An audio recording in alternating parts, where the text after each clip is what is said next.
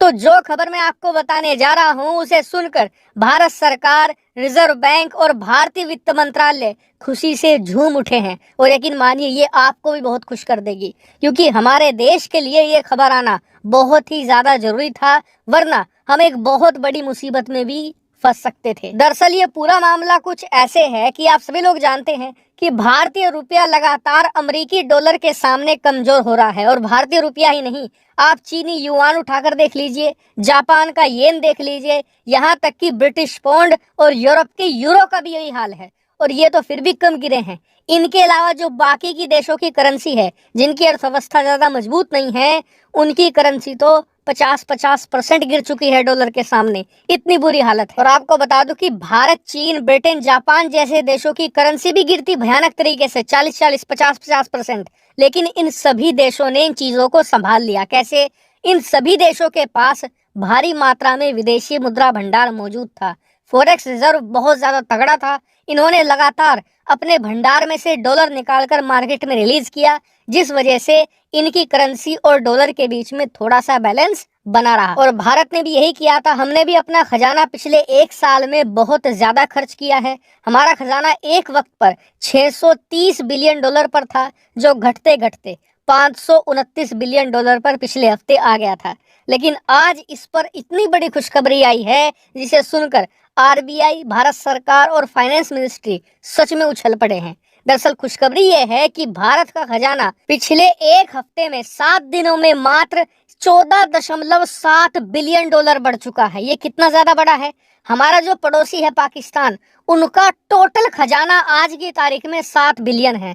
उससे दोगुना खजाना हमारा एक हफ्ते में बढ़ चुका है। अगर मैं इसे भारतीय रुपए में कैलकुलेट करके बताऊं तो लगभग 1,20,000 करोड़ रुपए से ज्यादा की रकम बैठेगी। सोचे कितना ज्यादा बड़ा अमाउंट है। और इससे क्या किया जा सकता है, मैं आपको उदाहरण देता हूं कि हमारा पड़ोसी पाकिस्तान इस समय आईएमएफ से 6 बिलियन डॉलर का लोन मांग रहा है। और अगर जल्दी ही उसे लोन नहीं मिला तो उनकी बैंकरप्सी लगभग तय है। ऐसे में जितना हमारा एक हफ्ते में बढ़ा है ना, उससे आधे से भी कम अगर हम पाकिस्तान को दे दे तो उनकी अर्थव्यवस्था बैंकरप्ट यानी कि दिवालिया होने से बच जाएगी। इससे आप समझ सकते हैं कि एक हफ्ते में भारत ने कितना बड़ा कारनामा कर दिखाया है। इसके अलावा एक और रिकॉर्ड भारत ने बना दिया है। दरअसल भारतीय इतिहास में एक हफ्ते में सबसे ज्यादा खजाना बढ़ने का रिकॉर्ड पिछले साल बना था, जब भारत के एक हफ्ते में ही फॉरेक्स रिजर्व ने 16.7 बिलियन डॉलर की छलांग लगाई थी। उसके बाद जो पिछला हफ्ता गया है उसे 14.7 बिलियन डॉलर के साथ दूसरा स्थान मिल चुका है पूरे भारत के इतिहास में। और जो तीसरा स्थान है वो 9 बिलियन डॉलर का है, वो भी पिछले साल की शुरुआत में बना था। लेकिन फिर भी मेरे लिए नंबर 1 रहेगा पिछला हफ्ता, जिसमें हमने 14.7 बिलियन डॉलर कमाए हैं। क्यों?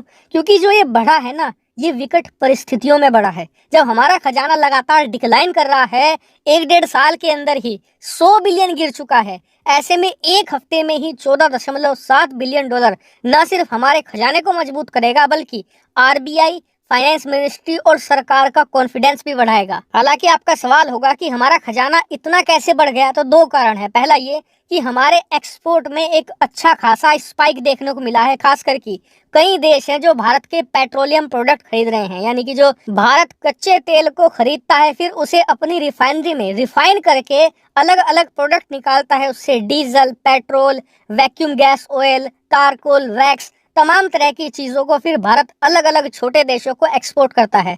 हाल ही में भारत ने वीजीओ को अमेरिका को भी एक्सपोर्ट किया है। तो इस वजह से भारत का जो खजाना है वो तेजी से बढ़ा है।